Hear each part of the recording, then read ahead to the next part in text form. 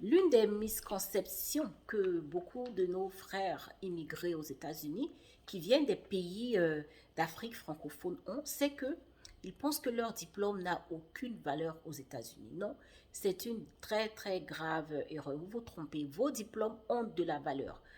Parce que certainement vous avez étudié, vous avez obtenu ces diplômes dans des universités accréditées.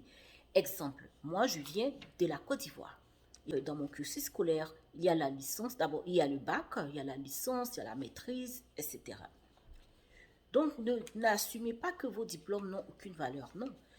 Dans votre processus d'intégration aux États-Unis, surtout l'intégration professionnelle, la première des choses que vous devez faire, c'est de faire vos diplômes évaluer, faire évaluer vos diplômes par des organisations accréditées aux États-Unis.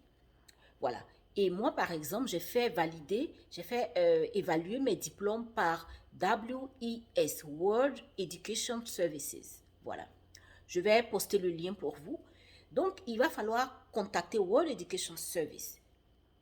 Et ils vont contacter votre université. Par exemple, si vous avez fait l'université d'Abidjan, ils vont contacter l'université d'Abidjan pour demander qu'ils leur soumettent plutôt vos diplômes. Donc, c'est une collaboration qui va se passer entre les scolarités de votre université, n'est-ce pas, et World Education Service. Ce n'est pas vous qui donnez votre diplôme, votre relevé de notes, surtout votre relevé de notes. Non.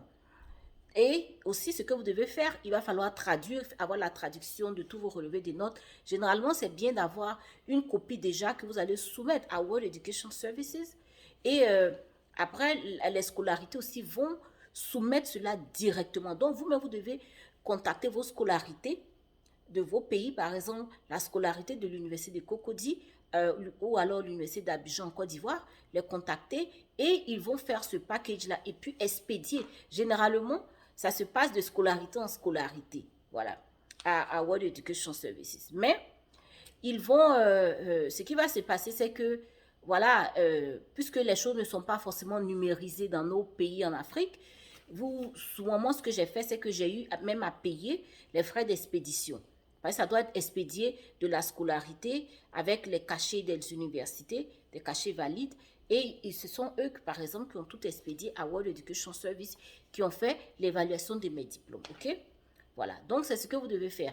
Et aussi, la seconde des choses, c'est que si vous venez d'un pays francophone, c'est très probable que vous ne compreniez pas l'anglais. Et vous êtes obligé d'apprendre quand même un peu d'anglais. Si votre niveau n'est pas bien, vous êtes obligé d'apprendre un peu d'anglais. OK? Donc, l'une des manières les plus simples, voilà. L'anglais, bon, il faut le parler.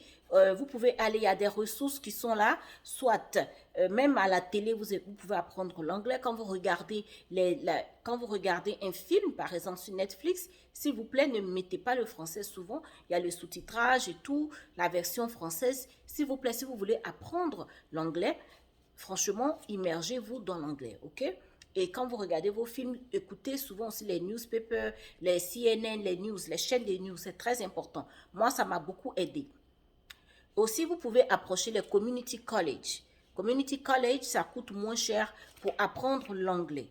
Et même si, par exemple, vous ne désirez pas, par exemple, poursuivre vos études à l'université, que vous voulez juste un anglais de conversation, vous pouvez aller dans les bibliothèques. Vous approchez toutes les librairies, il y a ce genre de service-là, les librairies aux États-Unis.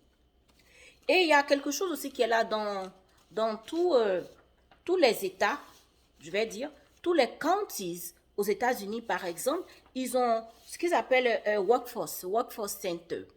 Vous pouvez Google dans votre État. Par exemple, moi, je suis à Maryland. Il y a par exemple Maryland Workforce Exchange. Et même dans mon county, moi j'habite à Howard County, ils ont, par exemple, dans chaque county, il y a un Workforce Center. Là-bas, vous allez avoir beaucoup de ressources, voilà, même de l'aide pour faire vos résumés, vos CV et tout ça, parce qu'il y a le modèle standard des résumés. Par exemple, aux États-Unis, on ne parle pas de curriculum vitae, ce n'est pas trop populaire. Voilà, on parle généralement de résumé. OK? Parce que je suppose que si vous êtes un professionnel que vous avez exercé en Côte d'Ivoire pendant 15-20 ans dans une certaine profession, vous avez quand même de l'expérience. Ce n'est pas de l'expérience que vous devez totalement annuler quand vous venez aux États-Unis. Ça compte. OK? Donc, vous pouvez approcher le Workforce Center qui peut vous aider aussi à vous orienter parce que ce n'est pas évident que la personne qui vous accueille a connaissance de toutes ces choses-là. Oui, ne vous méprenez pas, hein. Souvent, si vous immigrez, voilà, si votre mari ou alors vous venez à la green card, etc., ce n'est pas évident que ces personnes qui vous accueillent au début aient toutes ces connaissances. Donc, essayez d'approcher les bibliothèques, les workforce centers de votre county et ils auront aussi des ressources. Maintenant, en ce qui concerne par exemple les résumés, il y a par exemple des sites internet qui peuvent vous aider. Il y a par exemple Honnête Online, voilà, ça aide aussi pour les résumés. Il y a un certain nombre de sites internet que je vais poster qui pourraient vous aider pour écrire un vrai résumé parce que la qualité du résumé, quand par exemple il y a un job posting, il va falloir mettre les mots-clés.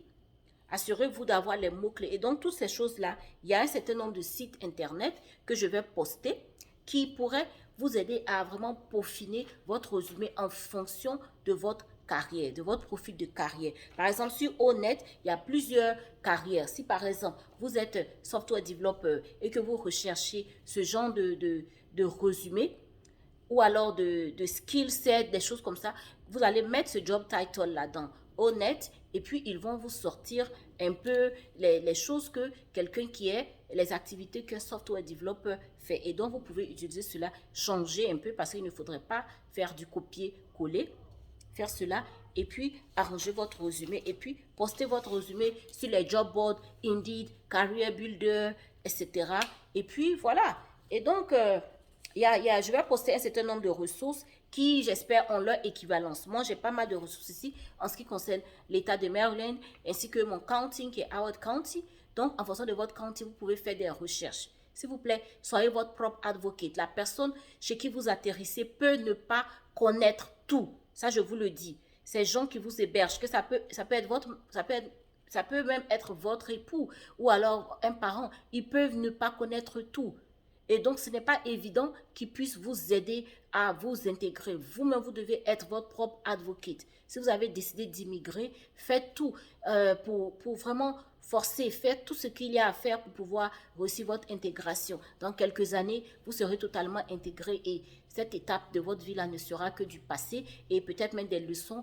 Vous allez apprendre des leçons de ces étapes de votre vie-là que vous allez passer à d'autres personnes. Ok? Donc, bonne chance dans votre intégration aux États-Unis. S'il y a d'autres sujets qui concernent l'intégration aux États-Unis qui vous intéressent, soumettez-les-moi. Évidemment, je ne suis pas une experte, mais je peux essayer de chercher des informations ça et là pour partager avec vous. Bonne chance dans votre American Journey.